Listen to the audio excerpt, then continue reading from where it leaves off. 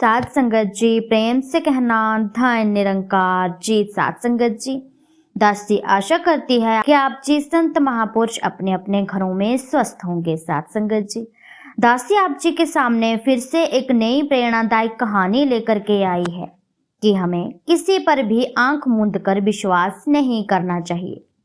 तो आओ चलो जानते हैं इस कहानी में कि किस प्रकार शेर ने बैल को धोखा दिया।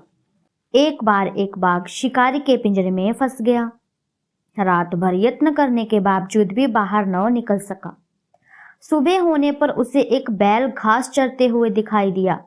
बाघ बैल को नजदीक बुलाकर उसे पिंजरे से निकालने की विनती करने लगा।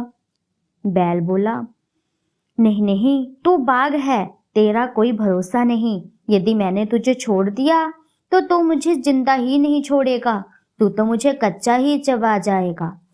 बाघ बोला, मित्र तू जरा भी फिक्र मत कर, उल्टा तेरा मुझ पर बहुत बड़ा एहसान रहेगा। बदले में मैं खुद तुम्हारी रक्षा करूंगा। जंगल का कोई भी प्राणी तुम्हें कोई नुकसान नहीं पहुंचा सकेगा। किसी तरह से समझा बुझाकर आखिर बाघ ने बैल को राजी कर ही लिया। बैल ने अपने सींगों के सहारे पिंजरे का दरवाजा खोल दिया। बाघ बाहर आ गया, परंतु यह क्या, वो तो बाहर आते ही बैल की तरफ ललचाई आंखों से देखकर जीभ चटाने लगा।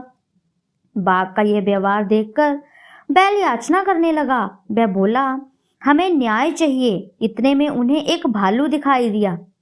बैल भालू को सारी हकीकत बताकर बोला, भालू भाई, अब तुम ही न्याय करो, बाघ का ये व्यवहार योग्य है क्या?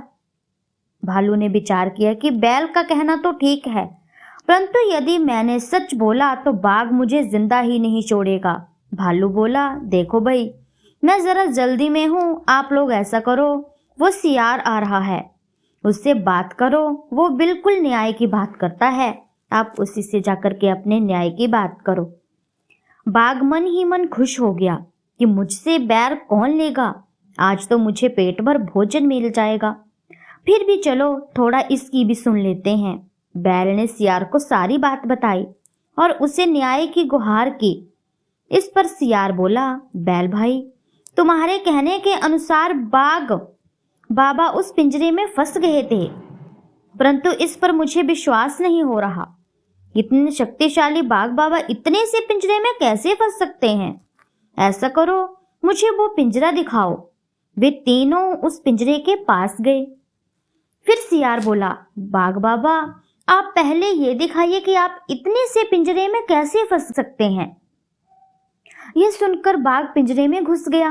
जैसे ही वो अंदर गया, बाहर से सियार ने दरवाजा बंद कर दिया और बैल को समझाते हुए बोला, बैल भाई, दुर्जन पर कभी भी विश्वास नहीं करना चाहिए, जैसे कि तुमने आंख मूंद कर विश्वास कर लिया शेर पर, क्योंकि तुम जानते थे कि शेर तुम्हें नहीं छोड़ेगा।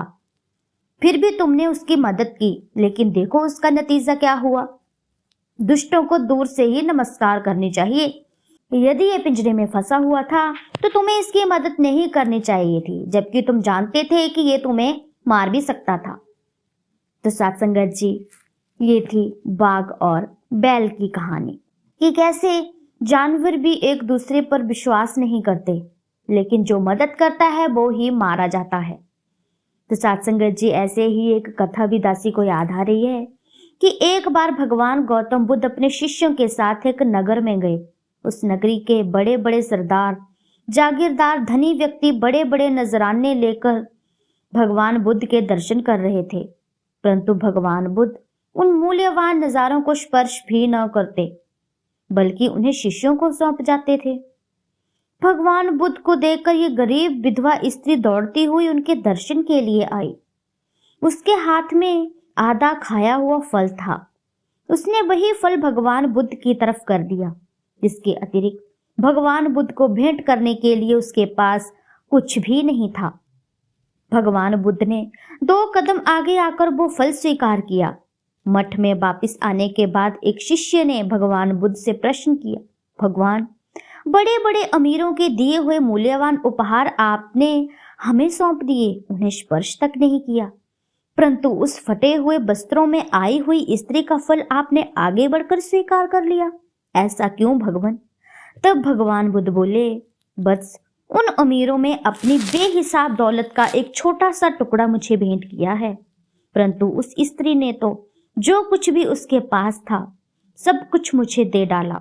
इसीलिए उसकी भेंट मेरे लिए अमूल्य थी, इसीलिए मैंने उसे आगे बढ़कर स्वीकार किया। तो साथ संगत जी, ईश्वर को समर्पण भाव अच्छा लगता है। तन मन धन से ईश्वर का होना ही पूर्ण संपूर्ण है। जब तक त्याग नहीं, निष्ठा नहीं, तब तक सुख की प्राप्ति भी नहीं। जब तक हम किसी से प्यार नहीं करेंगे, किसी को अच्छा नहीं बोलेंगे, तब तक हमें सुख की प्राप्ति नहीं हो सकती। हमें इस दुनिया के झूठे नज़ारों से बाहर निकलना है। इसीलिए परमात्मा खुश होकर के भक्ति में अपने भक्त को लगा देते हैं और उसका मन इतना पक्का कर देते हैं कि उसे अभिमान नाम की तो चीज ही नहीं आती। तो साथ संगत जी, दासी की कहानी आप जी संतों महापुरुषों को अच्छी लगी हो तो चैनल को लाइक, शेयर, कमेंट और सब्सक्राइब जरूर कीजिएगा। ऐसी ही प्रेरणादायक कहानियां दासी आप जी के सामने लेकर के आती रहेगी। तब तक के लिए धन्यवाद जी।